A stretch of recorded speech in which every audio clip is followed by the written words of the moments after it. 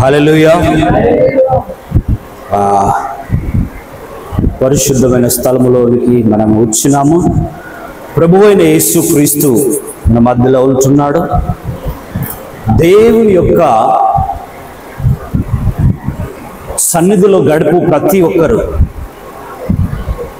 వాక్యానుసారంగా చూస్తే వరదిల్లుతూ వస్తున్నారు.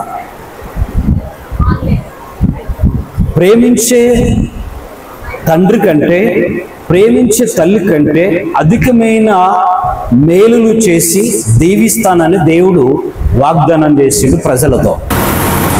అయితే ఒక్కొక్కసారి మనిషికి ఎలాంటి ఆలోచన వస్తుందంటే, అసలు ఈ పని ఎందుకు పెట్టిండు దేవుడు మనకి? ఈ పని ఎలా వచ్చింది? కష్టపడటము ఎందుకు వచ్చింది?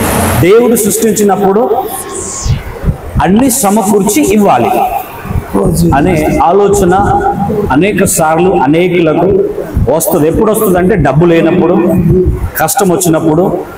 ఇవి చాలా మట్టుకు ఈ ఆలోచనలు వస్తాయి.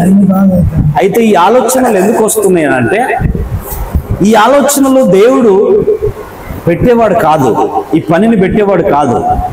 కానీ ఎలా పెట్టిండు అన్నది మనం ఈరోజు ధ్యానించుకుందాం. ఈ అంశం మీద నరుడు కష్టపడటానికి కారణం ఏంటిది? తప్పు ఎవరిది? తప్పు ఎలా జరిగింది? అసలు కష్టపడటానికి, కష్టం చేసే బ్రతకాలని దేవుడు మనకు ఎందుకు పెట్టాడన్నది కొన్ని మాటలు మనము ధ్యానించుకుందాం. హల్లెలూయా. వింటారు అన్న మాటలు? అందరు ఇక్కడ ఉన్నారు కదా, ఒకసారి హల్లెలూయా చెప్పండి. హల్లెలూయా. నా వైపు చూడండి. చాలా అద్భుతమైన మాటలు ఈరోజు దేవుడు మన మధ్యలో ఉంచినాడు. ఇక్కడ పనుల నిమిత్తం చాలా మంది హాయిగా ఉంటారు. కానీ దేవుడు మనుషులను తయారు చేసినప్పుడు, మనుషులను నిర్మించినప్పుడు వారి కష్టం చేయడానికి చెప్పలే, వారి కష్టం చేయమని చెప్పలే. వారికి ఏం చెప్పిండు? తోటలో ఉండమని చెప్పాడు. తోటలో ఉండండి, ఈ పండ్లన్నిటిని తినండి అని చెప్పాడు. చెప్పిన దేవుడు ప్రతి దిన్ని మస్తు కలుస్తూ వెళ్ళాడు. కానీ తప్పు ఎక్కడ జరిగిందన్నది వాక్యం నుండి చూద్దాం. ఆది కాండము 3వ అధ్యాయము, ఆది కాండము 3వ అధ్యాయము 17వ వచనం. ఆది కాండము 3వ అధ్యాయము. ఆయన ఆదాముతో నీవు నీ భార్య మాట విని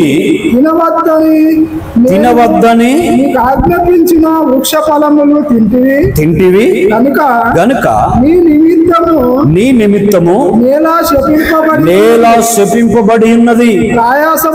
ప్రయాసముతోనే నీవు బ్రతుకు దినములన్నీ దానిని తిందువు. చాలు. చూడండి, ఆదాము అవ్వ వారిద్దరు సంతోషంగా ఉండే. ఈ నేల శపించబడ్డదని దేవుడు బాధతో అంటున్నాడు. శపించబడ్డదట. ఆయన తప్పు చేసినప్పుడు ఏం జరిగిందట? శపించబడ్డది.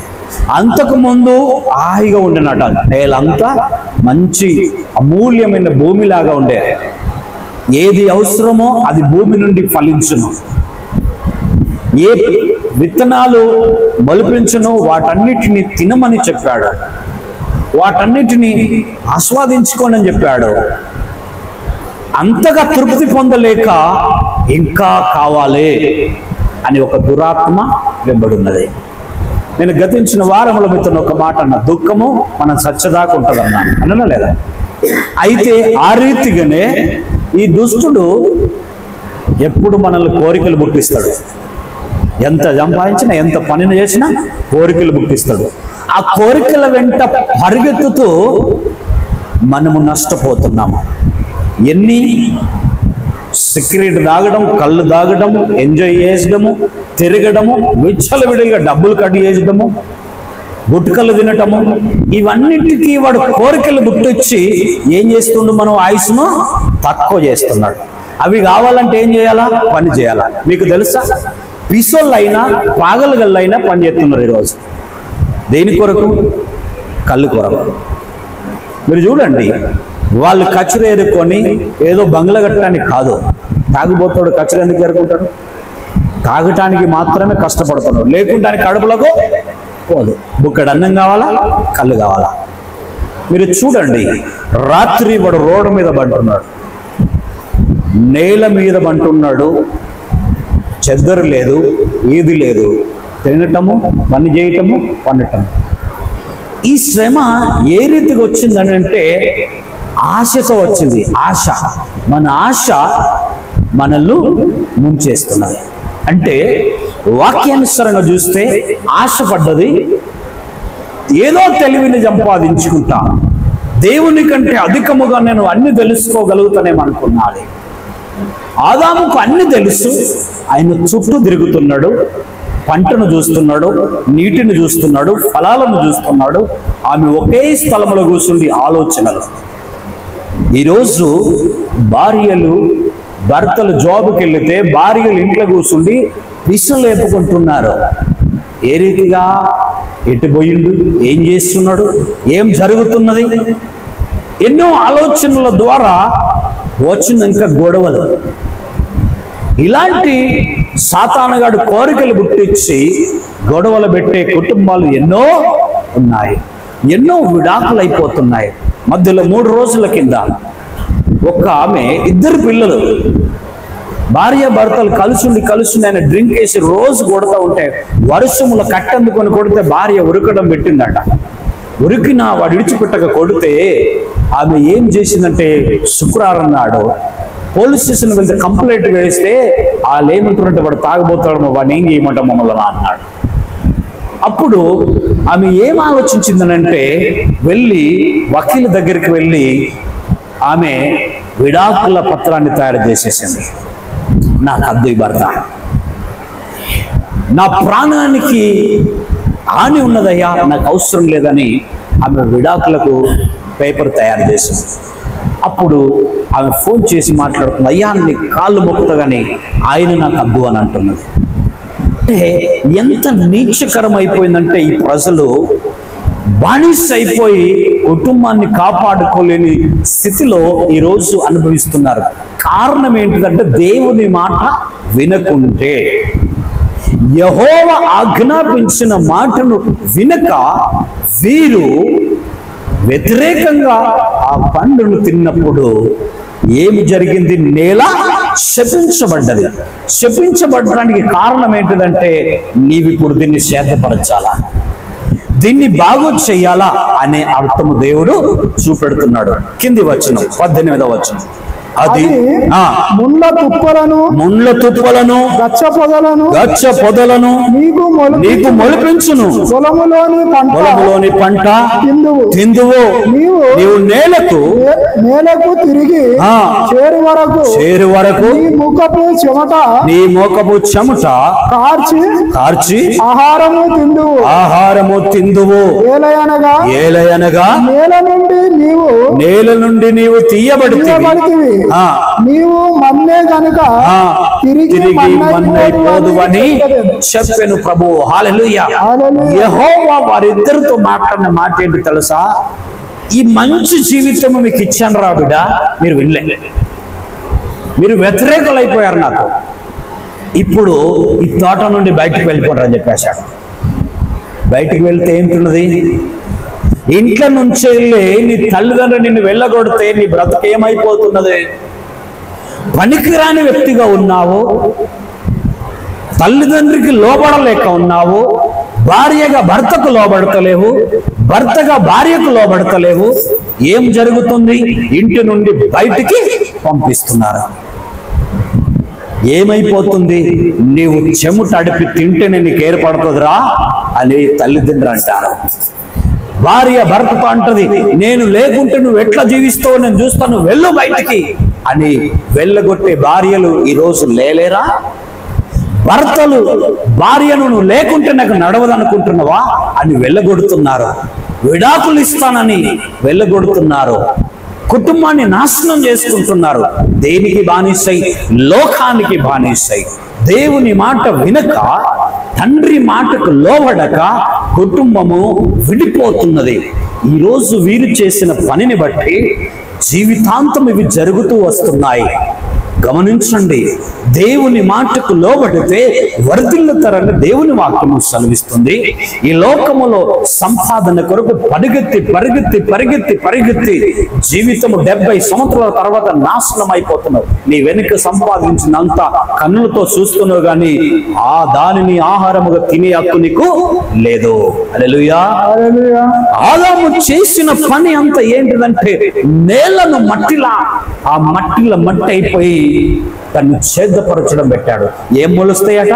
ముళ్ళ పొదలు, గచ్చ పొదలు. ఇవి మొలుస్తే భూమిలా దాన్ని ఛేదపరచడానికి ఎంత కష్టం.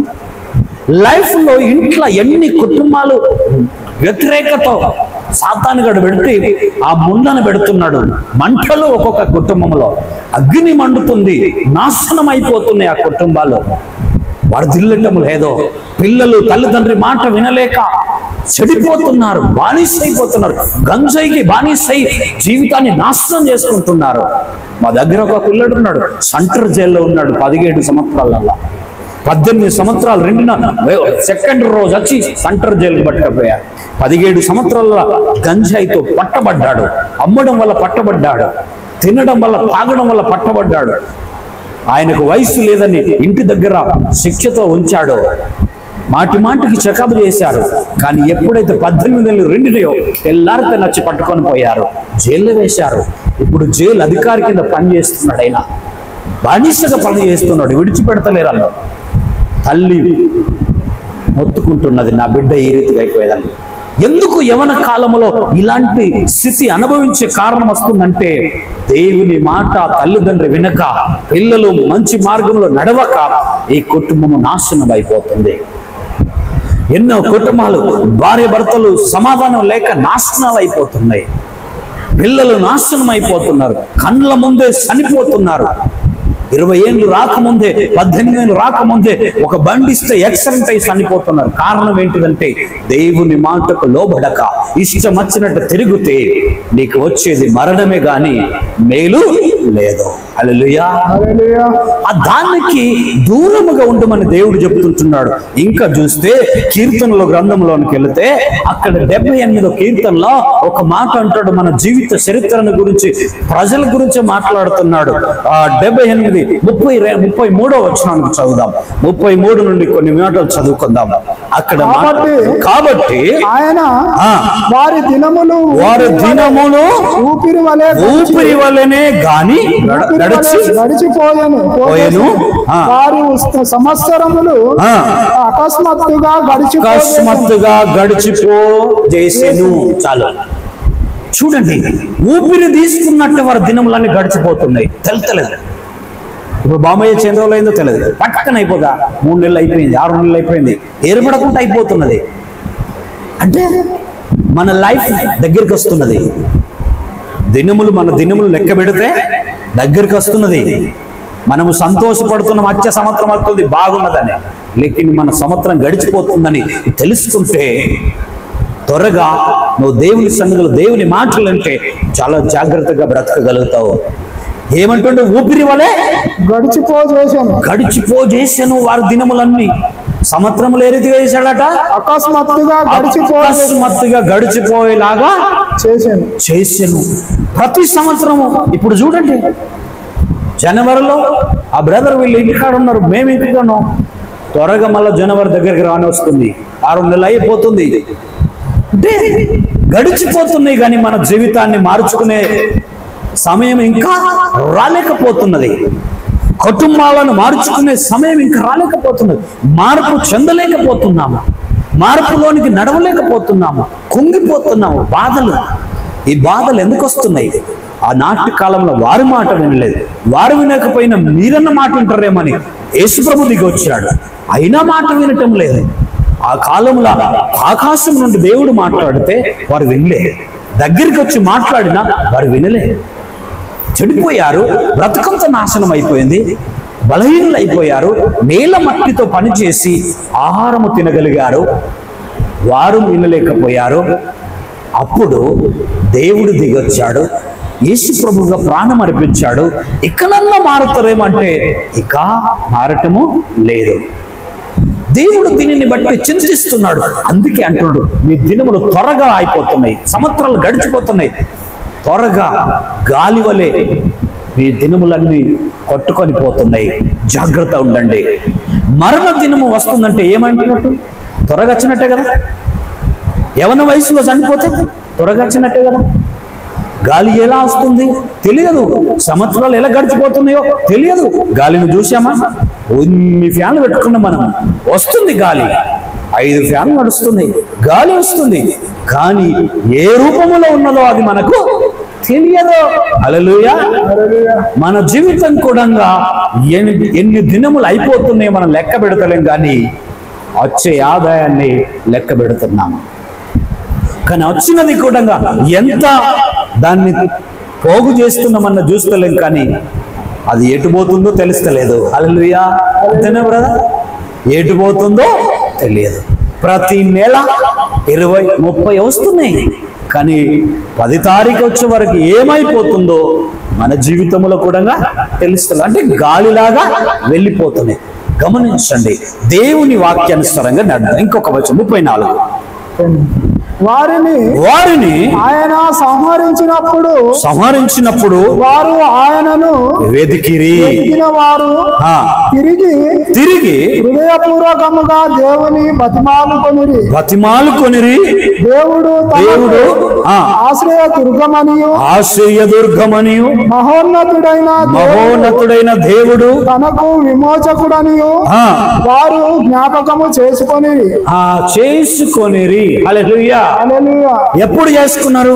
శ్రమ వచ్చి తక్లీబులు పడి ఇక శిక్ష తప్పదురా బాబు, మరణానికి వచ్చిన రణాన్ని అప్పుడు దేవుడు దగ్గరికి వస్తారు, అప్పుడు పిలుస్తారు. ఎప్పుడు పిలుస్తాం మనం? డాక్టర్ చెప్తాడు అయిపోయింది కథం, ఇక బతికే ఛాన్స్ లేదంటే అప్పుడు తల పైకెత్తి చేతులు పైకి ఇచ్చి అంటాం, దేవా ఖచ్చితంగా నువ్వు కాపాడుకొని సేవ చేస్తానయ్యా అంటావు.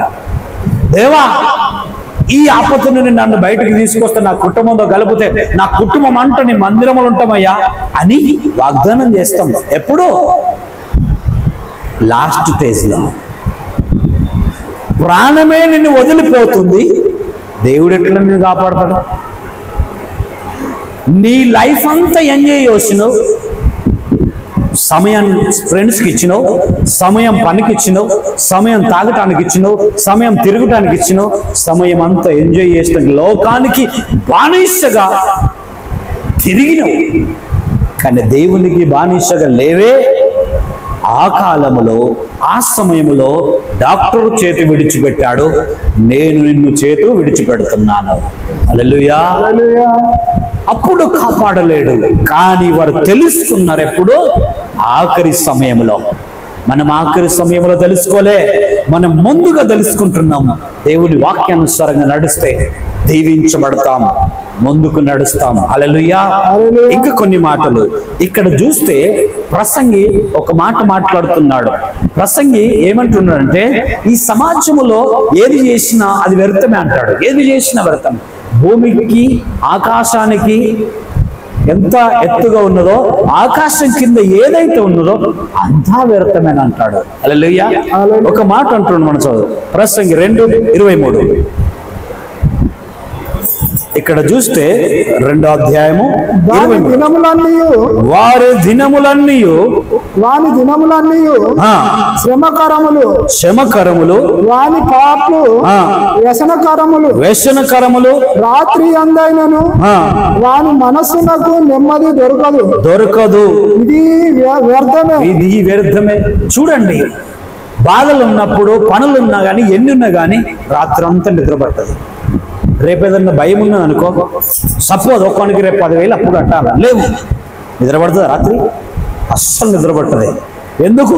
వాడు పొద్దున్నే వస్తాడు, సమాధానం లేదు, ఉన్నది పని చేసేది కానీ వచ్చేది లేదు, రాబడి లేదు, రాబడి ఉన్నా మిగిలేది లేదు, మిగిలినా కట్టేది లేదు.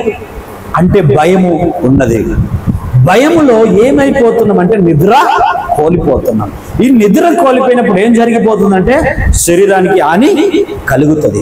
దీనికి సుఖము రాత్రే కావాలి, దినముల సుఖమేమని చెప్పలే. రాత్రి కాలములను క్షేమముగా పండుకోవాలి.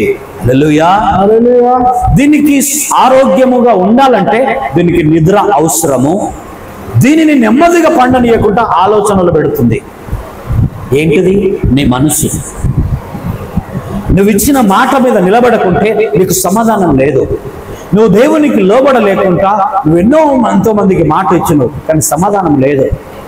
నిలబెట్టుకోలేకపోతున్నావు. దానిని బట్టి నువ్వు కుంగిపోతున్నావు. అందుకే ఇవన్నీ వ్యర్థము అని అంటున్నాడు ప్రసంగి. వ్యర్థమననే కారణం ఏంటి తెలుసా? మనం ప్రయాసపడుతున్నది దేవుని కొరకైతే అన్ని మేలులే. హల్లెలూయా. హల్లెలూయా.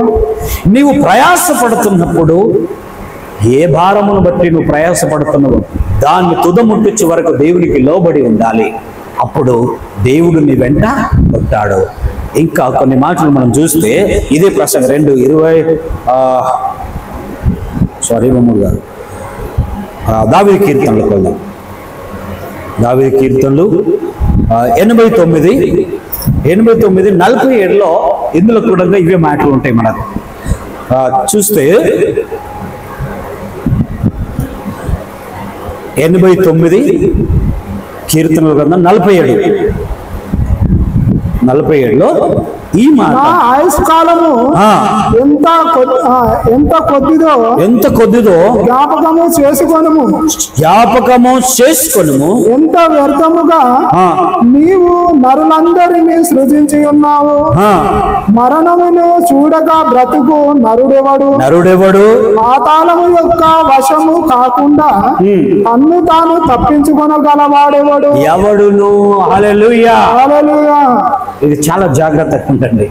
ధనవంతుడు కావచ్చు, భాగ్యవంతుడు కావచ్చు, ఉన్నత స్థితి గల వాడు కావచ్చు, నేలలో దాచబడాలి.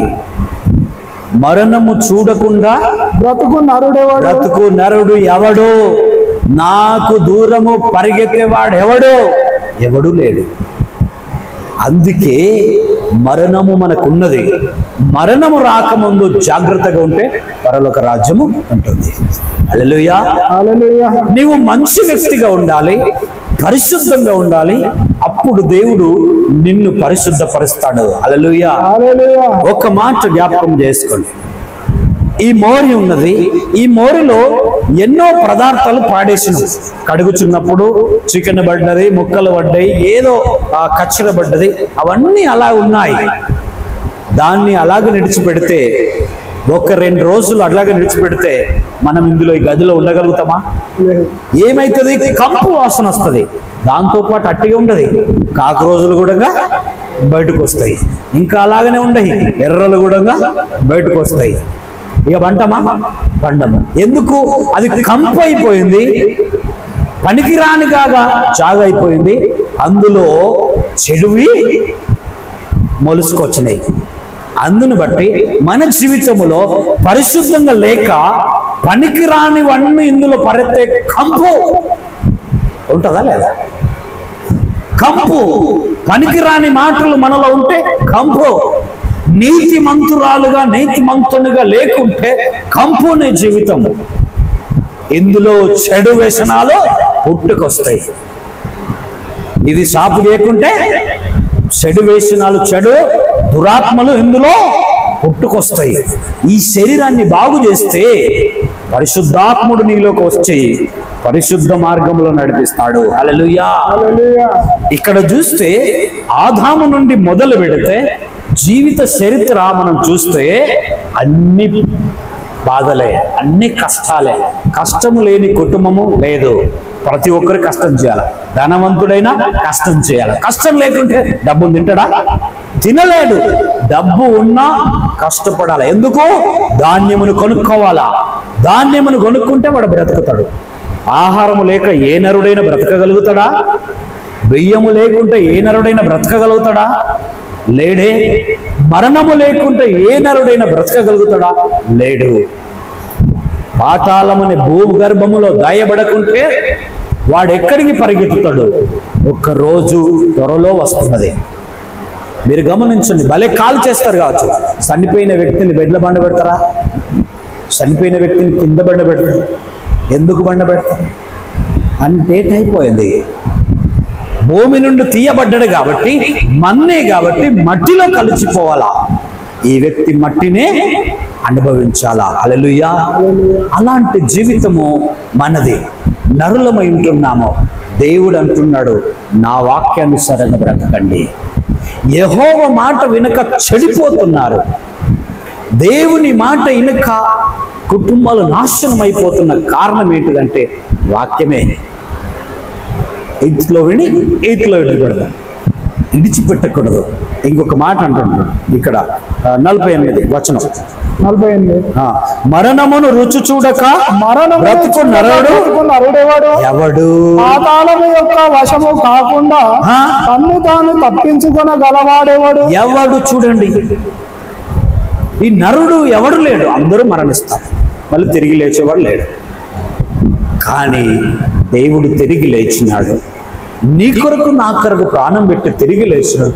మార్చుకునే జీవితం మనకు ఉండాలి. మనం అనుకుంటున్న నాకు బలం ఉన్నది, మందిరం పోకుండా నడుస్తుంది, దేవుని మాట వినకుండా నడుస్తుంది, దేవుని యొద్దకు వెళ్ళకుండా నడుస్తుంది అనుకుంటే అది నీ ఇష్టం. హల్లెలూయా. ఎందుకు దూరం అవుతున్నావు? దగ్గర అయితే లేదు. పనికి వెళ్ళకుంటే డబ్బు లేదు, దేవుని మందిరానికి రాకుంటే పరలోకం లేదు. రెండు కావాలంటే రెండిటిని అనుభవించాలంటే నీకు ఆరోగ్యం కావాలా. ఆరోగ్యం కావాలంటే దేవుని వాక్యం నీలోనికి వెళ్ళాలా. ఇది మెడిసిన్. ఎక్కడికి వెళుతున్నాం? మనం డాక్టర్ దగ్గరికి వస్తున్నాం. పరమ డాక్టర్ దగ్గరికి వచ్చి ఆయన చెప్పిన నియమాలను మనం వింటున్నాం. డాక్టర్ దగ్గరికి కూడా ఏమంటాడు? ఈ మెడిసిన్ ఈ టైంలో వేసుకో, ఈ మెడిసిన్ ఈ టైంలో వేసుకో. దాన్ని పాటించుకుంటే వేసుకుంటే అది పనిచేయదు.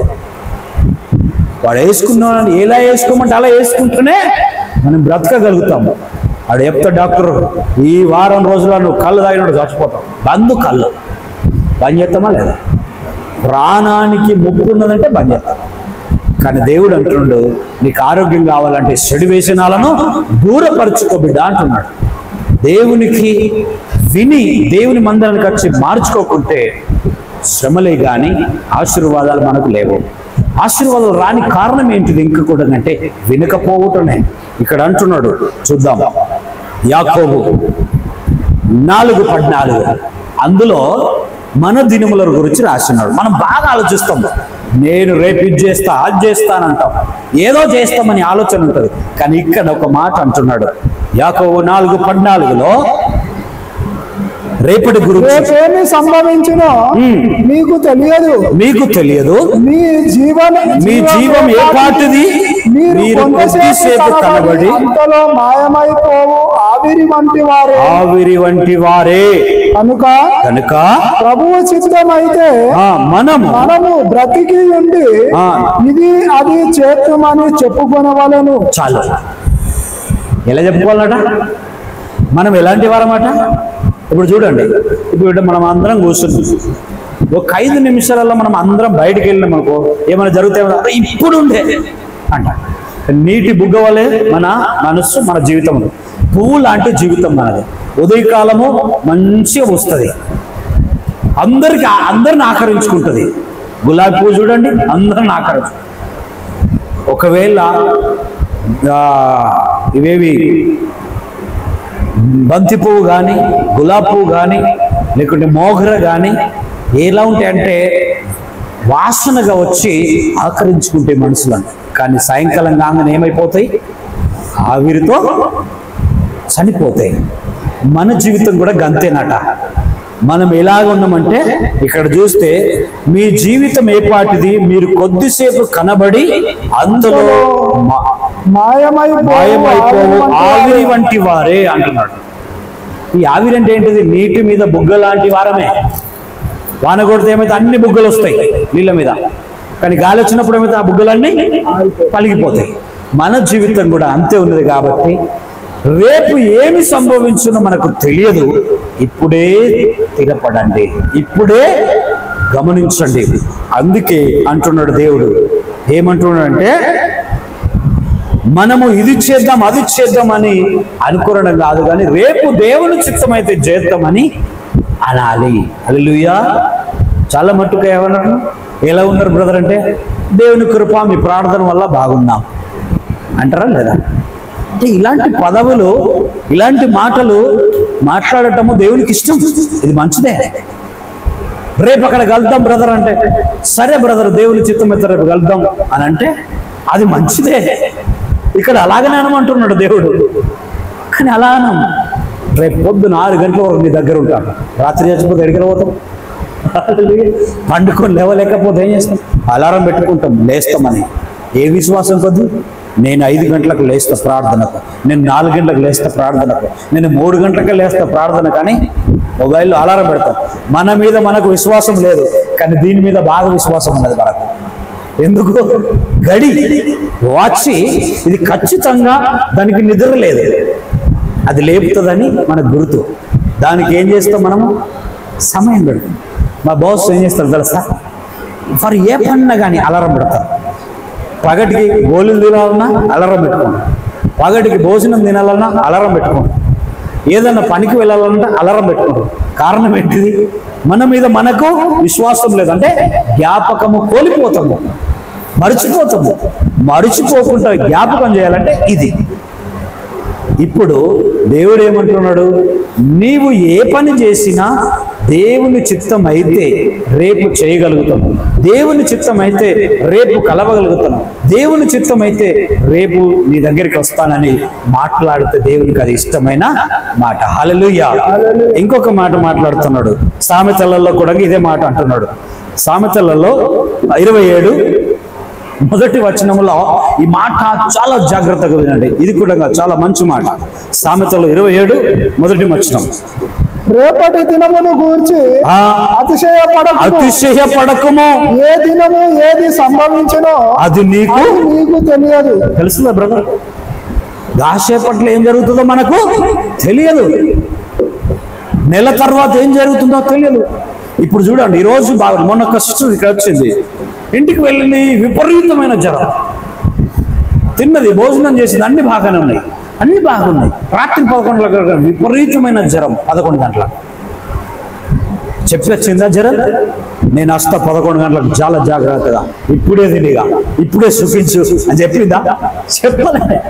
ఇప్పుడు ఏం చేస్తున్నామో ఇప్పుడే మనది, ఈ మాటలు వింటున్నాం ఇప్పుడే మనం. దేవుడే మనకు తోడున్నాడు అంతే. కొద్ది నిమిషముల తర్వాత ఏం జరుగుతుందో మనకు తెలియదు. కరోనా వచ్చిందా మనకు తెలియదు, లేకుంటే షుగర్ వ్యాధి బయటకు వచ్చిందా తెలియదు. టెస్టులలో ఎన్నో వ్యాధులు బయటకు వస్తున్నాయి, అవి చెప్పొస్తున్నాయా? చెప్పి రావటం లేదు. కానీ ఎప్పుడేమొస్తుందో తెలియదు. మరణానికి ఏదో ఒక వ్యాధి సమీపంగా ఉంటున్నది. అందుకే అంటున్నాడు దేవుడు, రేపటి దినమును గురించి అతిశయపడకుము. ఎప్పుడు ఆశపడద్దట, నేను ఇది చేస్తా అది చేస్తాను. కానీ ఈరోజు ఏం చేస్తున్నావో దాని కొరకే ఆలోచించు. ఇప్పుడు ఏం చేస్తున్నావో దాని కొరకు ఆలోచించు. నేను వచ్చే వారం ఖచ్చితంగా నీ మందిరంలో ఉంటానయ్యా. నో నో నో, అది అయ్యే పని కాదు. అవునా కాదా? అవుతుందా? మన చేతుల్లో లేదు. ఖచ్చితంగా గురువారం నేను దేవుని సన్నిధిలో ఉంటానయ్యా, ఈరోజు వెళ్ళలే, క్షమించు ప్రభు అంటే అది అసలు కానే కాదు. ఏమవుతుందో తెలియదు. మొన్న ఒక అయ్యగారు చెప్తున్నాడు, ఈరోజు ఒక అయ్యగారు యూట్యూబ్లో ఒక వాక్యం వింటున్నప్పుడు ఆయన అంటున్నాడు, ఏమంటున్నాడంటే ఒక సిస్టర్ పనికి సండే రోజు పనిని పెట్టుకున్నదట. పనికి పెట్టుకుంటే వాళ్ళు ఏం చేశారంటే ఒక్కరోజు పైసలు, 2 రోజుల పైసలు ఒక్కరోజే ఇస్తున్నారట. వినండి బ్రదర్, ఒక్క రోజుల్లో 400కి 800 ఇస్తా, ఒక 5 పట్టుకొని రమ్మన్నాడు. 5 పట్టుకురమ్మంటే 5 మందిరానికి వెళ్ళిపోయి రెడీ ఉన్నారు. ఈమె ఏం చేసింది తెలుసా? ఆ 4 దగ్గరికి పోయి, వచ్చే వారం పోదాం ఖచ్చితంగా, 800 వస్తున్నాయి, ఆలోచించుండు, మళ్ళా దొరకాయి, మరి ఆలోచించుండు. నేనే పోతున్నా మీరు రారా? నేను ఊడిచేదాన్ని పోతున్నా మీరు రారా? నేనే ముందున్నదాన్ని పోతున్నా మీరు రారా? ఏమైపోతుంది? ఇరిగిండు వీళ్ళు 4. సరే పోదాం అని ఈ 4 ఎమ్మట పెట్టుకొని ఒక ఆటో తీసుకొని పనికి వెళ్ళింది. పనికి దినమంతా మంచి పని చేశారు, సంతోషపడ్డారు, దేవుణ్ణి మర్చిపోయారు, అన్ని మంచిగా ఉంది, బాగుంది. సాయంత్రం మళ్ళీ ఆటోలో రాగానే సడన్గా ఒక లారీ అడ్డం వచ్చి ఆటోడు ఇట్లా దింపగానే పడ్డాడు. చెప్పొచ్చిందా? ఇది జరుగుతుందని తెలుసు వాళ్ళకు. నవ్వుకుంటూ వస్తున్నారు. 800 సంపాదించినమని నవ్వుకుంటూ వస్తున్నారు. ఆ ఆటో పల్టు కొట్టింది. పల్టు కొట్టే వరకు మోకాళ్ళు మోచేతులు స్లోగా పల్టు కొట్టింది. మోకాళ్ళు మోచేతులు తల ముఖం అన్నీ పలిగిపోయినాయి. గీతలు పడ్డాయి, రక్తాలు గారినాయి. ఒక్కొక్కరికి 8,000 ఖర్చు వచ్చిందట. 800కు 8,000 ఖర్చు వాళ్ళు రాసుకున్నారట. వాళ్ళు వచ్చి సాక్ష్యం చెప్తున్నారు. ఈ మాటలు చెప్పారు అయ్యగారికి. ఏం చెప్పారు? 400 సంపాదించడానికి 800 వచ్చినాయి. 800 సంపాదిస్తే 8,000 ఎక్కడ పెట్టారు? పెట్టారు. ఏది నయం?